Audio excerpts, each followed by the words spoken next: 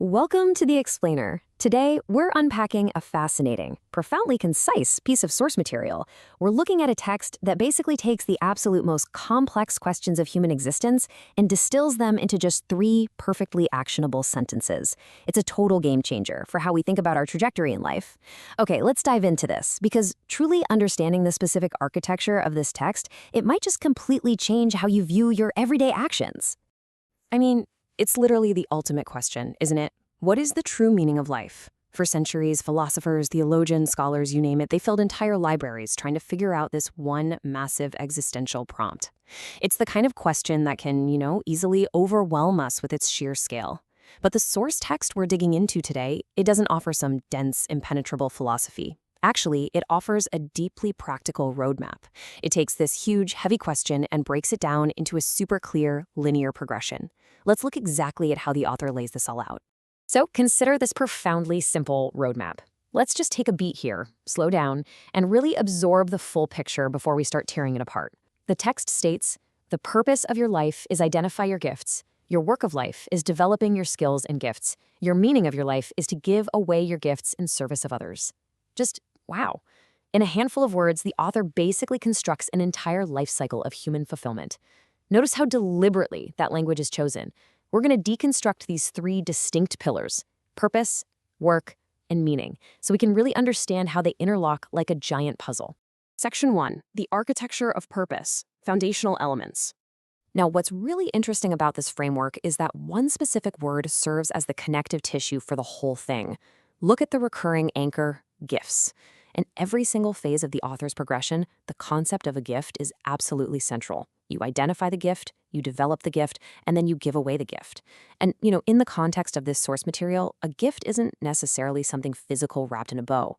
It's an inherent talent, right? A unique capability or a natural inclination that you just inherently possess. It's literally the core currency of a purposeful life, at least according to this text. Section 2, identifying your gifts, where it begins. Look at how the text strictly defines the word purpose. It says, the purpose of your life is identify your gifts. Now, this is a super fascinating semantic choice. You know how we often use the words purpose and meaning totally interchangeably, right? Like they're the exact same grand destination. But not here. Here, purpose is simply the act of identification. It's phase 1, the initial stage of self-discovery. It requires you to look inward, reflect on what comes naturally to you, and figure out what those inherent gifts actually are. So your purpose, right at this very moment, might just be figuring out what you're naturally equipped to do. Let's move to section 3, the work of development, honing your skills, and see how this builds. The second sentence of our source material states, your work of life is developing your skills and gifts. Let's really zero in on that word work. In this specific framework, work isn't your standard 9-to-5 job or your fancy title or your career path. No, work is defined here as the active, incredibly dedicated, and continuous process of honing those gifts you just discovered back in phase 1.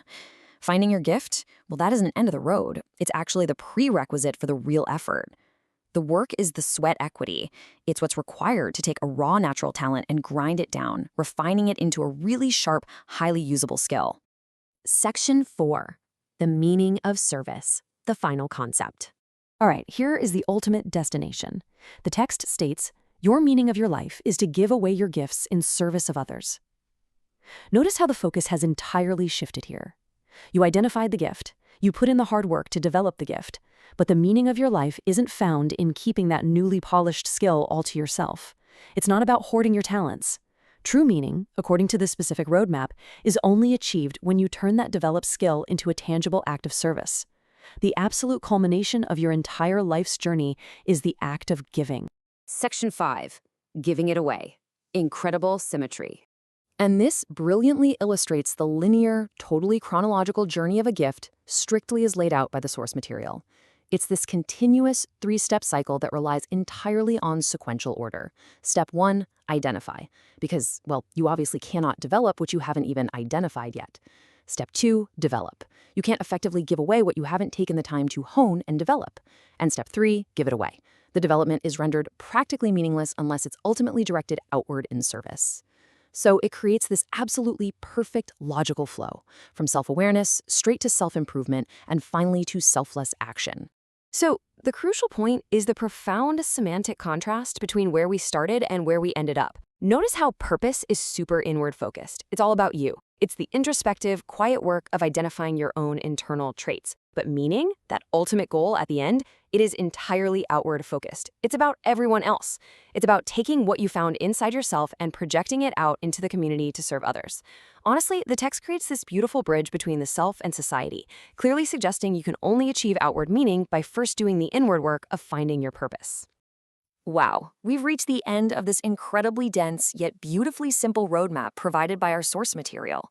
We've seen how identifying, developing, and ultimately giving away your gifts creates the total architecture of a purposeful life. So, as we wrap up this explainer today, I want to leave you with a direct call to action drawn right from the text. Now that you fully understand the framework, ask yourself, how will you give your gifts away in service of others? What's the natural talent you need to identify right now? The skill you need to hone tomorrow, and the community waiting to receive it?